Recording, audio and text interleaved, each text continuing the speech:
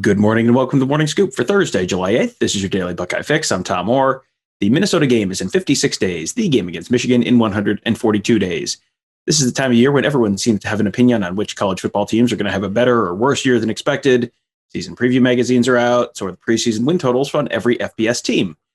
Just as a reminder, those are the number of games a team wins in the regular season. So if the over-under is 9.5 and you bet the over, you win if they're 10-2 after the regular season, you lose if they're 9-3. Conference championship games and bowl games don't count.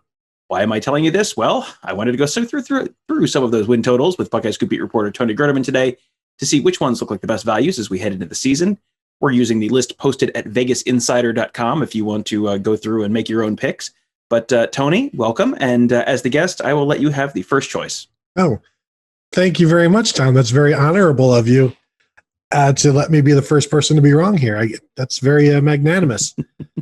I'm going to go right away. I'm going to go for the big boy, Alabama. Their win total is 11.5. I'm going under. Down with the Crimson Tide, and for good reason. I think their road schedule they've got Florida, they've got Texas A&M, Mississippi State, at Auburn. Granted, they should beat all of these teams by 15 points a pop, but it's time for them to slip up a little. They've been perfect for too long. Maybe LSU gets them at Bryant-Denny. LSU, I believe, is coming off of a bye week, although Alabama is as well. So I'm sort of talking myself out of Alabama now. 11.5 is just too much now. I'm gonna go under somehow, some way. New starting quarterback, some losses on defense, losing Devontae Smith, and so I'm feeling under on the Alabama 11.5. Is that crazy? It is crazy, and also I have Alabama under 11.5. So we're both crazy together. So that's okay. Yeah, I'm with you. New quarterback, lost 6 first-round draft picks, and you could go broke betting against Nick Saban. And when we've talked about individual games, I always talk about not ever wanting to bet against Nick Saban because of how stupid you feel in the third quarter when it's like, well, I'm getting 3 touchdowns, and it's like, well, it's 38-6, and they're just squeezing the life out of whoever they're playing, and then you feel like you just want to jump off the roof. So you don't bet against Alabama, but Tony and I both betting against Alabama. I mean, you got Miami and Atlanta to open the year. Maybe Miami is real close to the top of returning production in the country. Alabama right near the bottom, right next to Ohio State near the bottom. At Florida, at Texas A&M, home versus LSU. At Auburn. Auburn should be down under a first-year coach this year, but maybe, you never know. But it's just, you got 5 maybes there, and that's enough where they only need to slip up once. And it seems like they're going to slip up once. I wouldn't necessarily, I've heard people talk about them going 9-3. I don't really see that, but yeah, 11.5. If it was 10.5, I'd really have to think about it. 11.5 is like, you're betting against perfection, and perfection is pretty hard in college football. So yeah, I'll go there. And I'm going to stick on the train of picking against big name teams. Clemson, they are also 11.5. I'm going to go under because I think there's a good chance that bet cashes week 1. They play Georgia neutral site week 1. New quarterback for Clemson, DJ Uiagalelei. They should be pretty good. I'm not betting against Clemson to make the playoffs or anything like that, but Georgia neutral site week 1. They've got at NC State and Boston College back-to-back. Those are probably the second and third best teams in their division. At Pitt on October 23rd, which is, Pitt's not great, but Pitt's probably like third in the other division maybe. It would also be Clemson's second straight road game. They play at Syracuse, then at Pitt, and that's the week before Florida State, which, that's always kind of a game that's circled on their calendar, probably even more after the way last year's game did or did not play out. So, yeah, I think your best bet, your best chance there is them losing week 1 to Georgia, but there are a couple others in there that, like, you've seen superior teams blow it against inferior opponents before. There's a couple opportunities for them to do it there as well. So am I an idiot for picking against Clemson? No, and when some of the win totals came out at other sports books like a month or so ago, and it was 11.5 for Clemson, I was like, well, they're going to start out 0-1, so of course I'm going to take the understand. No, I agree with you on that one. I think I just expect Georgia to win that game, so yeah, I'm going to go under on that one. Tom, my next one maybe a little bit out of left field, and normally I would never associate myself with this program. Ole Miss. Why on earth would anybody take a look at Ole Miss's win total? Their win total is 7.5. I'm going over. Lane Kiffin has got things going. He's got an offense that can do a lot. I really want to buy into Lane Kiffin, but all I have to do is win 8 games. I'll give you 8 right now. They play Louisville to open the season in Atlanta. Then it's Austin Peay. Then it's Tulane. Then they lose at Alabama. Then they host Arkansas. Then they're at Tennessee. So you're going to give me that 6th? Then they I'm giving you 5 there. 5, yeah. Okay. Then they go. Okay, they're at Tennessee. Then they host LSU, toss up, but I don't need it because they still have after LSU they go to Auburn. That's another toss up. Then they have Liberty at home. Then Texas A&M at home. I'll give Texas A&M that one, even though that's probably going to be like 72-70. And then they host Vandy. Then they go to Mississippi State. That's there's 8 wins in there for me. Yeah, I mean, here's what I want for you. I want you to really put money down on this, and then I want it to be going into the Egg Bowl, where you just need the steady hand of Lane Kiffin on the till, at the helm, in the stupidest, most unpredictable in-state rivalry game in the entire nation. I want you to put some money in it just because I want to sit there and watch that game with money on it, and that's what it takes to cash that bet. Because you're right. I mean, it seems like there's probably 6. I'd put Arkansas in the toss-up category. I think Arkansas is probably better than people are expecting this year. But, there's 6 wins, there's 3 maybes, and then there's Mississippi State, which is, they should beat Mississippi State, but it's a maybe because it's that game. So 6 wins, 4 maybes. You need to go 2-2. I'm not saying you're wrong. I'm just saying I wouldn't want to be on. I wouldn't want to have money on anything involving the Egg Bowl because we've all seen the Egg Bowl before. That's all I'm saying. The great thing is, you say you'd like to see me watching that. It's a Thursday game, so everybody can come watch me watch it with the house on the line. I think it would be fantastic. Perfect. Which means Thanksgiving. What better? Just 5,000 calories worth of Thanksgiving dinner sitting in your stomach, trying not to fall asleep on the couch and watching your house payment in Lane Kiffin's hands. What could possibly go wrong? Just the acid motion and all of that. Just getting rid of that food. It's not a smart bet. Just involving all of what else incurs with the Thanksgiving day. But, for the people, I would do it. There you go. It's all about the people. Next one. This is going to run a little bit counter to the Alabama and Clemson ones. Ohio State is 11, not 11.5. I think this one seems more likely to be a win than a loss.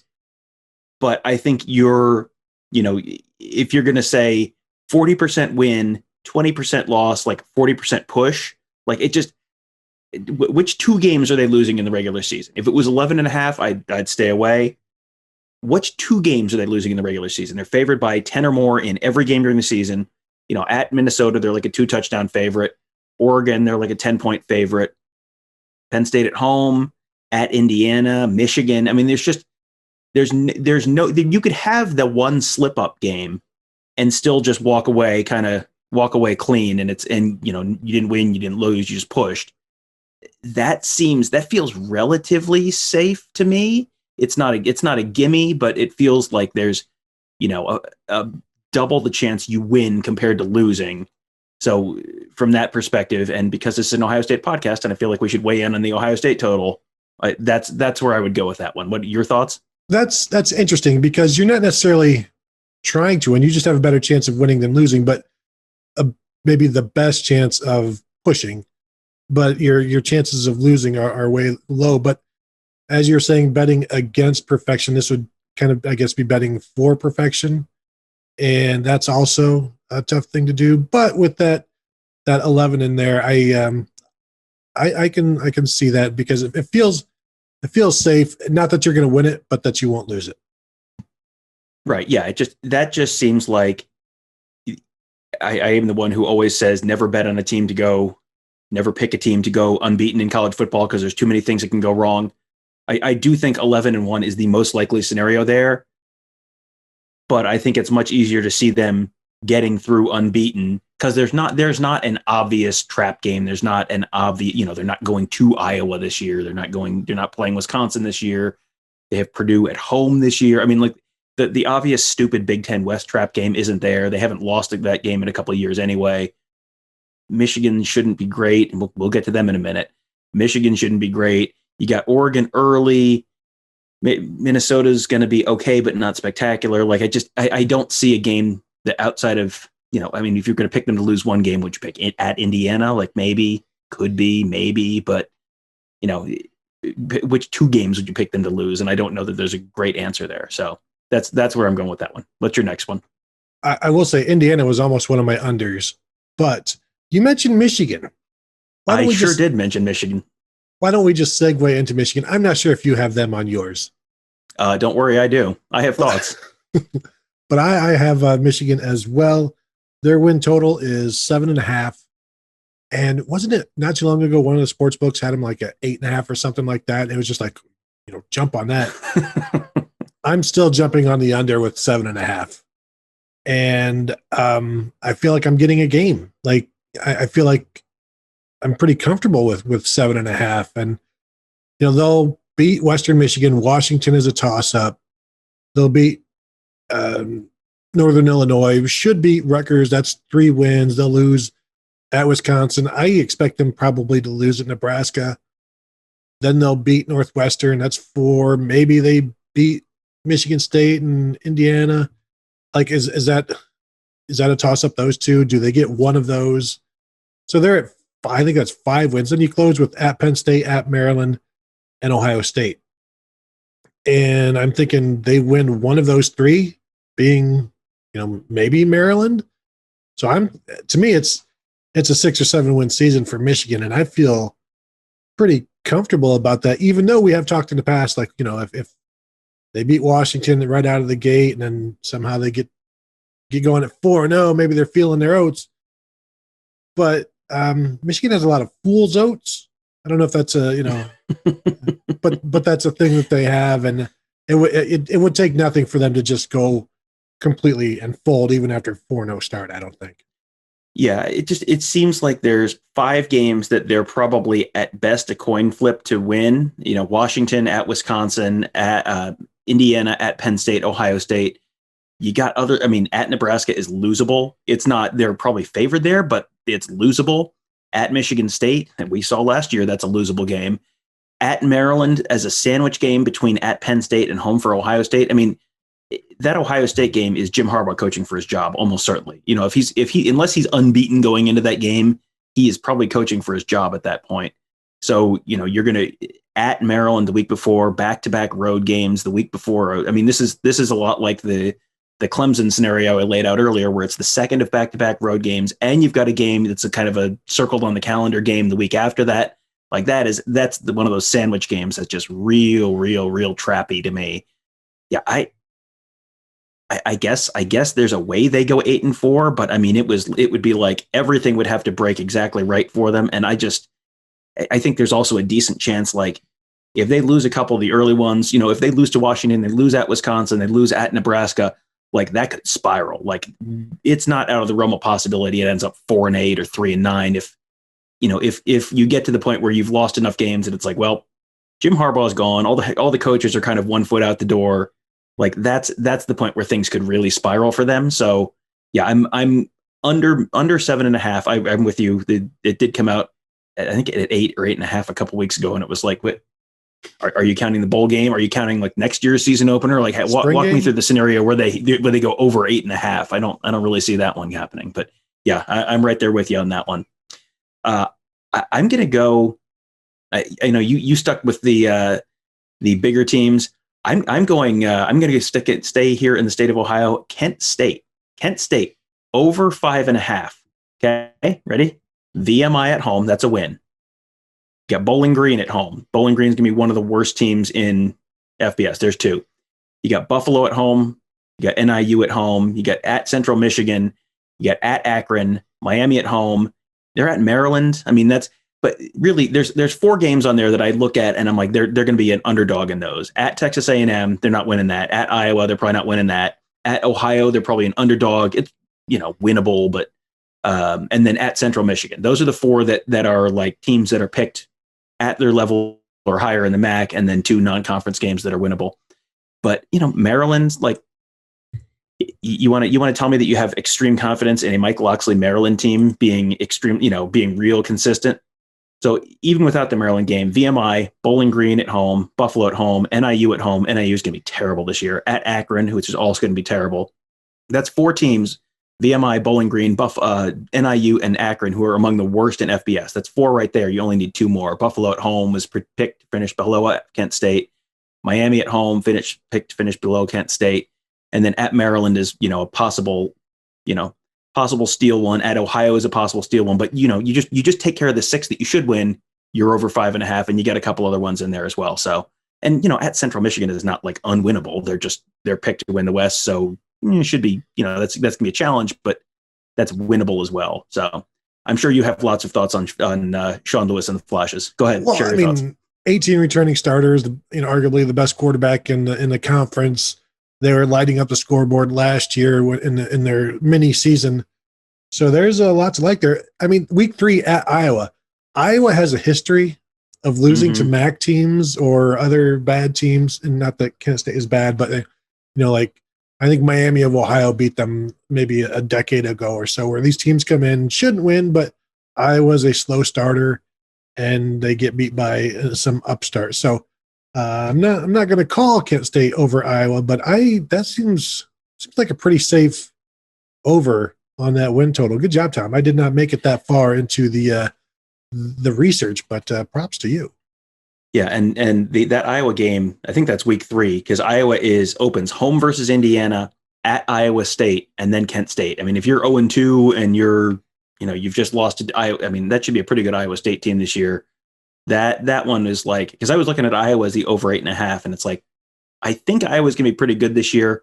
They really only have 4 games that I think are really losable this year, but if you lose all 4, then you don't hit the over 8.5. So I stayed away there. What's your next one?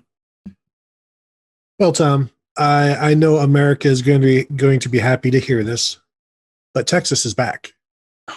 Big if true, as they say. Their win total is 8, and them being back, I'm going over the 8, but just barely, because I've got them. They start out with Louisiana, then at Arkansas. That very well could be a loss, but they're better than Arkansas. So let's say that's a win. Then they have Rice, Texas Tech at home, at TCU. TCU is going to be pretty iffy. So say they win 4 of their first 5, then they'll lose to Oklahoma. They have Oklahoma State at home. So that's, 5-6 wins. And they've got a Kansas in there. They have to go to West Virginia. They're due to beat Kansas State at some point. Or actually, no, I'm confusing them with Oklahoma, who always loses to Kansas State. Mm-hmm. But they get Kansas State at home to end the season. They're at West Virginia before that. I just feel like there's 9 wins on the schedule. Baylor's not going to be any great thing. Iowa State's got to lose a game that they shouldn't at some point during the season, and why not a Texas game? So it's going to be a messy, sloppy 9 games with no returning starting quarterback, and I believe in Sark. What more can I say? Last time I saw him, he was pretty good. He was pretty good. He does not have Alabama level talent this year, and it was 8 on the nose. It was not 8.5, correct? Yeah. Yeah. To me, that's a little bit like the Ohio State one, exactly. Where, there's a chance they go over. I don't really see them going 7-5 there. I think they're going to be a slow starter. I think they're going to have a lot of, they have some digging out of to, because you got a new quarterback, new coach, whole new coaching staff. You've got, and there's some structural problems there in that program as well. But yeah, that's one that you're more likely to hit 9 than you are to 7. Mm-hmm. There's a pretty decent chance that one pushes probably. So that's not a bad one at all. I'm going to go with another team that has not won a national championship recently, but is still a pretty big name. Wisconsin. They are 9. Their number is 9.5. I'm going over there. I think this is a good Wisconsin season. There are Wisconsin seasons, there are bad Wisconsin seasons, and good Wisconsin seasons. it's always the same team. It's just like, well, this time it's a good version of the team. This feels like a good Wisconsin season to me. They have week 4, they're playing Notre Dame in Chicago. Here's their other road games: Illinois, Purdue, Rutgers, Minnesota. Those are 4 extremely winnable road games. Notre Dame in Chicago. Notre Dame is not the type of team that typically, just dominates Wisconsin. Wisconsin has trouble with the super athletic. Wisconsin's not going to do well against the Alabamas. They're not going to do well against the Clemsons. They don't do well against the Ohio States when the opposing defense is just so much more athletic, or the opposing wide receivers are so much more athletic. That's not really what Notre Dame is. Notre Dame is good, but Notre Dame is also kind of Wisconsin-y in a little ways. It's a little bit, similar styles, similar team construction. That to me suggests, kind of a toss-up. They get Penn State week 1 at home. Camp Randall's going to be going ballistic. That's going to be a great scene. Getting Penn State early this year is probably not a bad thing. So you probably get one of your tough Big Ten games out of the way right away. Got a couple more winnable ones, week 4 against Notre Dame in Chicago. And then, Illinois, Purdue, Rutgers, Minnesota. Like, which one of those are they not favored by 2 touchdowns in? They're probably, maybe they're 10 points against Minnesota. They get Iowa at home. They get Michigan at home. They get Nebraska at home. I think 10-2 is extremely doable there for Wisconsin, and maybe 11-1. Maybe if they beat that Notre Dame team, maybe they finish 11-1.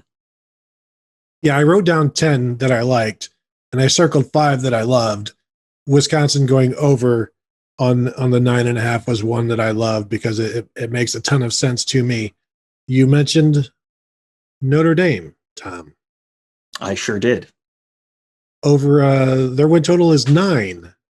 I got to go over, and I'm not happy about it. But you took one of my top 5, so I'm going to go to one of my bottom 5s.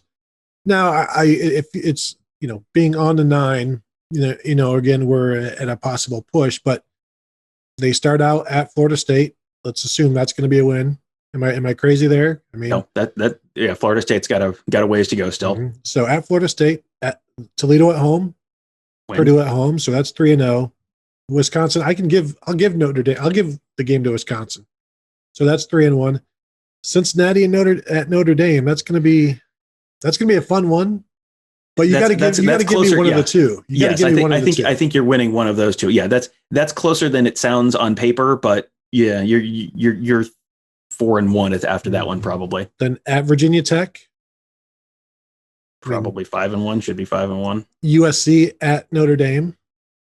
Well, USC is definitely going 8-4, so I would guess that's one of their 4 losses. Yeah, or we got to figure out, where in the season or how much danger is their head coach in at Clay Helton? How much danger is he in at that one moment? So let's say they get that one.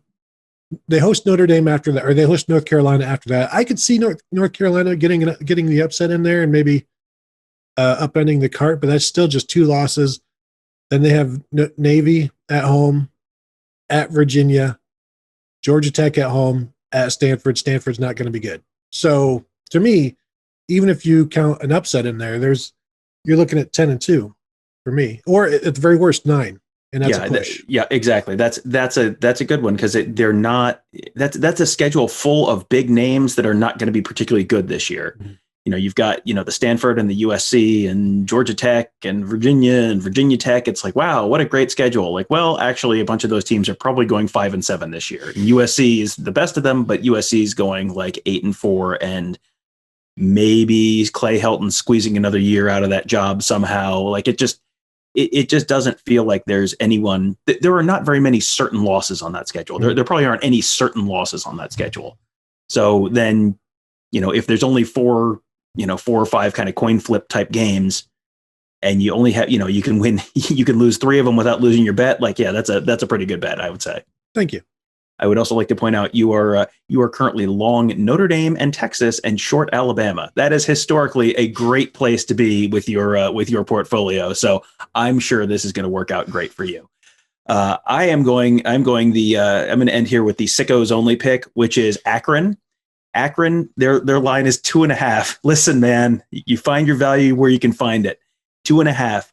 Let me tell you how fired Akron staff is. Akron staff is so fired that they're already actually moving their stuff out of the facility right now before the season starts. That is a program that is, like, we talk about Bowling Green as I looked at Bowling Green, and the over under for Bowling Green this year was either 1 or 1.5, and it was like, well, I don't know if I can go that low. Akron 2.5.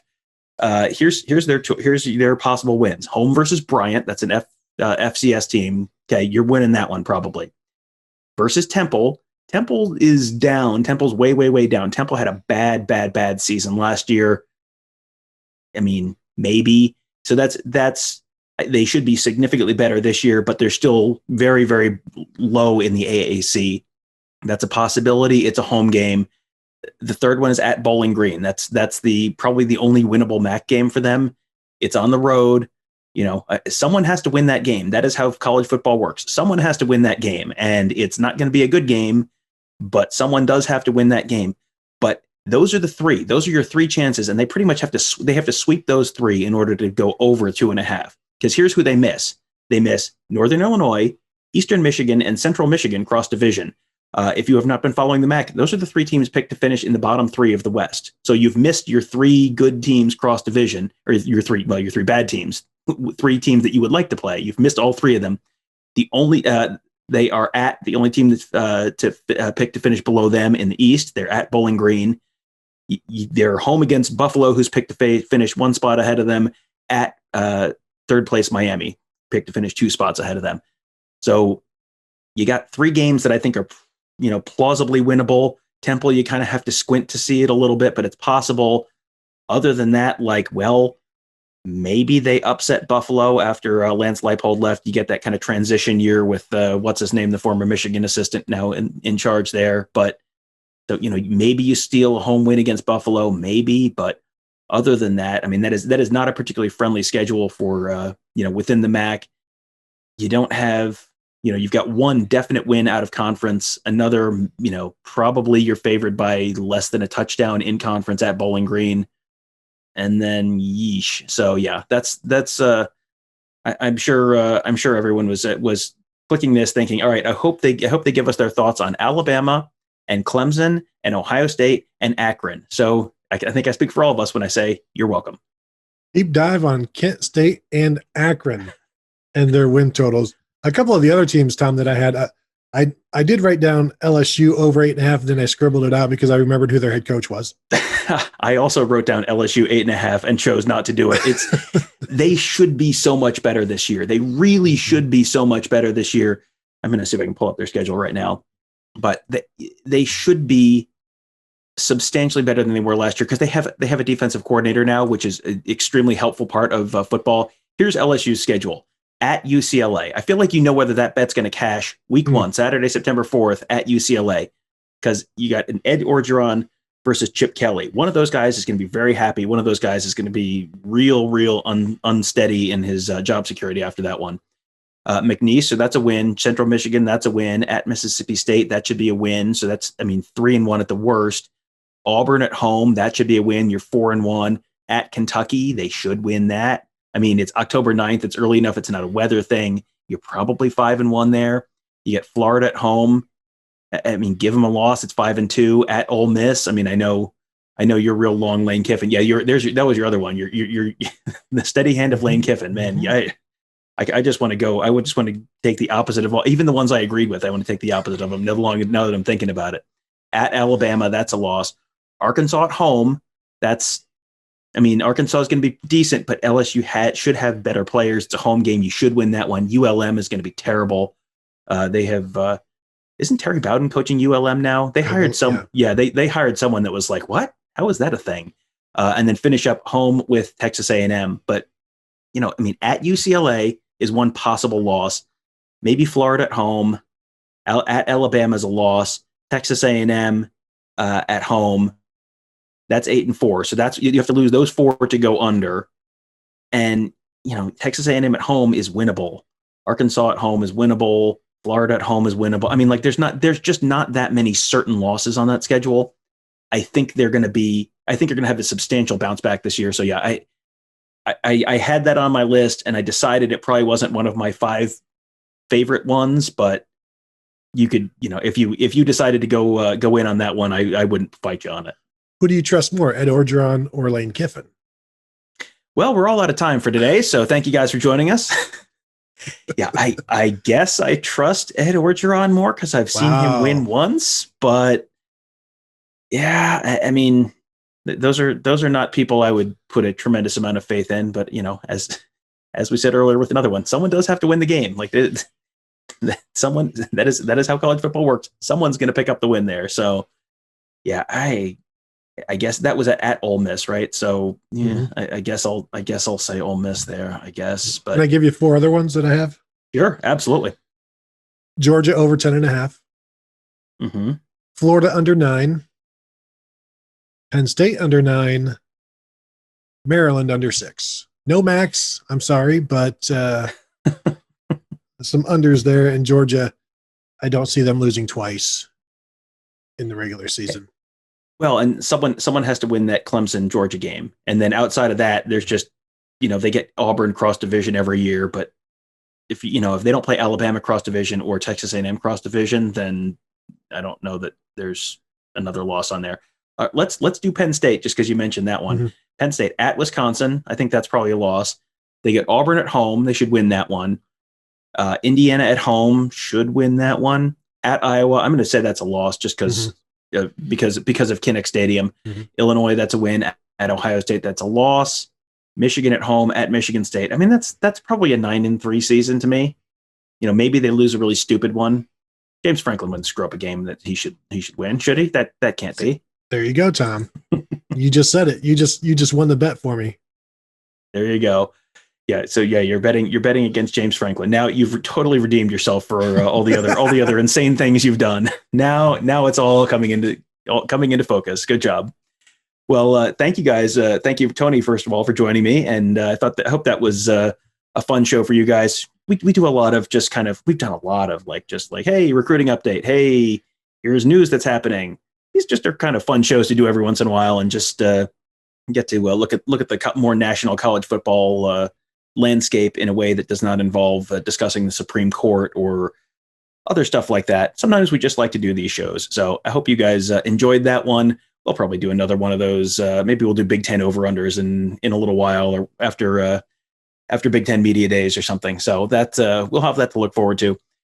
We will have a more normal show tomorrow, planning on having a Mick Walker on to talk some college football recruiting, Ohio State recruiting, and also a little bit Ohio State basketball as well. There's been some news there. We'll have him on a Friday show, hopefully, to discuss all that. But in the meantime, make sure you check out BuckeyeScoop.com. Mick has had a bunch of really interesting things up this week. We put up the Ohio State Ohio State camp, all stars basically team of the guys who are most impressive to our team of recruiting insiders. That's Mick was part of that. That's on the front page of the site. Tony's had a great series on just profiling individual players, going basically player by player through the entire team. That's been really interesting to read as well. And that's all free content, so you can find that at BuckeyeScoop.com, whether you remember or not.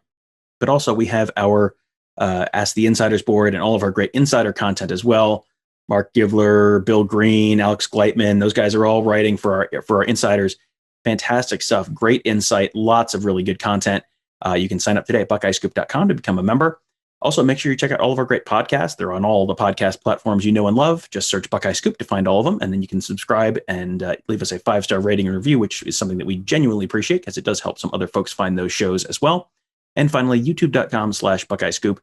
We will have, it's a great place to find all of our podcasts, all the camp videos we do, all the player interviews we do, all that kind of stuff. It's all in one place. It's all free at youtube.com/Buckeye Scoop. All you have to do is hit subscribe, and then you get notified every time we post a new video. And that way you don't miss anything. Isn't that great? And again, it is all free. So youtube.com/Buckeye Scoop. Thank you guys for joining us. Have a great day. We will talk to you tomorrow.